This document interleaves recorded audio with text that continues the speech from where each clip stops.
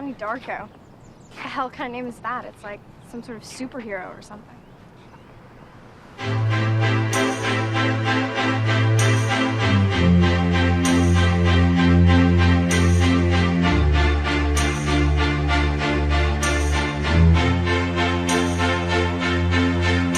Don't ask me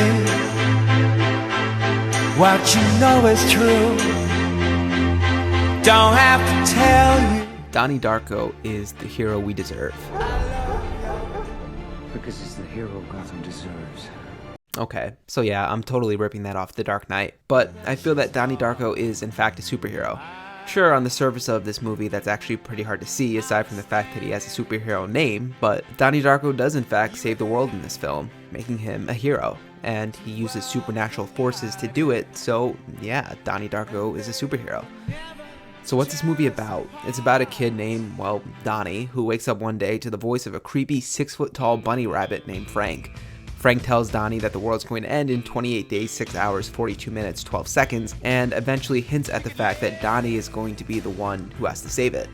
It's Donnie's job to figure out how exactly he's going to accomplish that very task while he's inside this tangent universe, which is basically just a parallel universe. It's somewhat similar to Avengers Endgame, where the heroes went into parallel timelines to retrieve the Infinity Stones. In Donnie Darko, everything in the film after the first 10 minutes and before the last 10 minutes takes place inside this tangent parallel universe, where Donnie needs to figure out how to save the world after a jet engine collapsed on his bed out of nowhere, which spiraled the universe out of control. Yeah, if you haven't seen this film, it's kind of wild.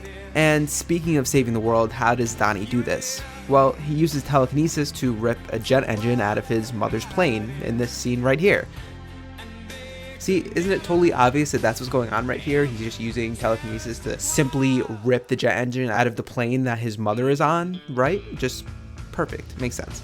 Okay, so without doing any research on this film, it's really hard to get down to the nitty-gritty of what's going on. The director's cut provides some insight through the words of Roberta Sparrow in her Philosophy of Time Travel book, but without that, you truly have no idea why Donnie's path leads him to certain places, why he says certain things in pivotal moments, what Donnie does and doesn't understand, if Donnie is truly crazy.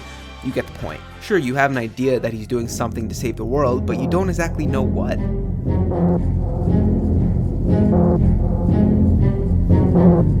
28 days,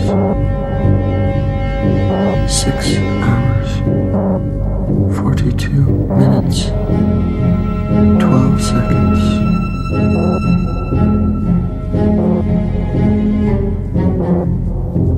That is when the world will end. I had sat and researched the science behind this film for hours. I became obsessed with Donnie Darko in high school. I showed my friends this film while I was in college, and afterwards we sat and had a debate for quite a while. I could be exaggerating, but I remember it being close to an hour of discussion about the film. And they made a couple points I couldn't defend in regard to the artifact and the tangent universe. Yeah, the science is a whole discussion that's really intended for a whole other video. There are dozens of articles and videos that dive heavily into the science fiction behind the film and what everything means. But my focus right now isn't necessarily to dive into the nitty-gritty behind the sci-fi, but it's instead to explain why this movie is so special to me and why a movie with such strange and confusing elements is considered a critically acclaimed film. Because on paper, this film really shouldn't work. I don't think you should really have to research a movie in depth to get a basic understanding of major plot points. And I'm sorry, but yes, saving the world is a massive plot point, and the fact that you can't truly understand how or why Donnie saves the world, and why or if he truly has to die by the end, is not really something I would normally get behind. And if you think you understand what's happening by the end of the film without researching it, I promise you're completely wrong and you're making stuff up. Richard Kelly, the writer and director, does in fact explain the sci-fi. It's just confusing without researching it. In addition, let's take a step back even further and truly think about the concept of what this movie is about. It's about a high school kid who gets woken up by a giant bunny rabbit and goes through a series of events that make no sense. Donnie floods his school, he burns down this dude's home, he writes Roberta Sparrow a letter, and you really have no idea why. Sure, you have an understanding that Frank is influencing Donnie to do these things for a reason, and that Donnie feels that he has to obey him, but it's so hard to put a picture together without the director's cut. And even then, it raises questions.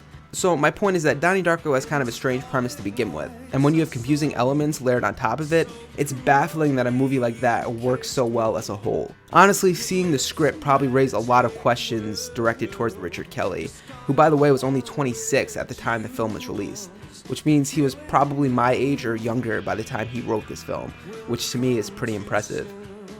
What made it such a hit? What made Donnie Darko a cult classic? First, you have truly amazing performances by Jake Gyllenhaal, Jenna Malone, Maggie Gyllenhaal, Patrick Swayze, Drew Barrymore. There's not a single actor or actress in this film that held it back. They all gave it 110% and it shows. And by the way, quick side note, Seth Rogen is actually in this film and is pretty funny. The directing is also phenomenal. Every shot, every transition, every montage was shot perfectly. Well, except for this right here. You missed the high five, Samantha. You weren't even close, but it's okay though. The music is also unbelievable. The score, the soundtrack, even the sound mixing is absolutely perfect. While this is a simple and specific detail, each and every time Frank speaks, it's hard not to get sucked into the film. His voice is eerie, creepy, and takes precedence over any scene he's in. And again, the montages, I can't express enough how important these are in the film. There's a handful of them, and each works so well, and the mix of fast and slow motion in them is a very interesting artistic style that fits the tone of the film really well. There's something so incredibly special behind the music and art of this film. And then there's Jake Gyllenhaal's performance. His facial expressions show more than you can possibly imagine. Confusion, his sadness, his anger, he, again, gives it his all, and it truly shows and makes you feel for Donnie to an overwhelming degree. Should drive you to therapy. And if you need anything, you promise me that you will call Dr. Thurman.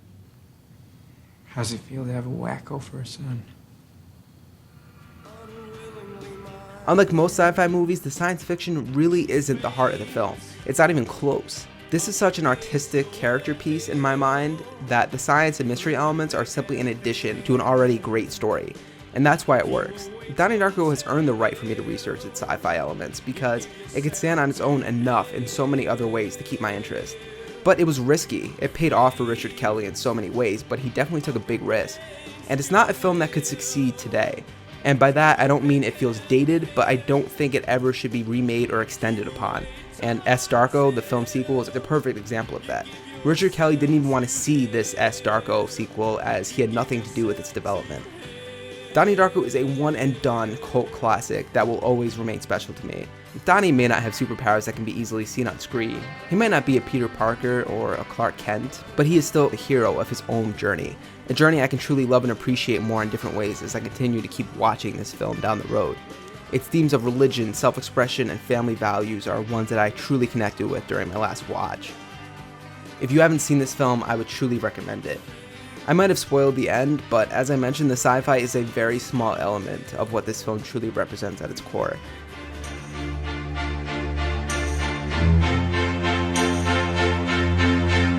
Don't ask me what you know is true. Don't have to tell you I love your precious heart. I was standing, you were there.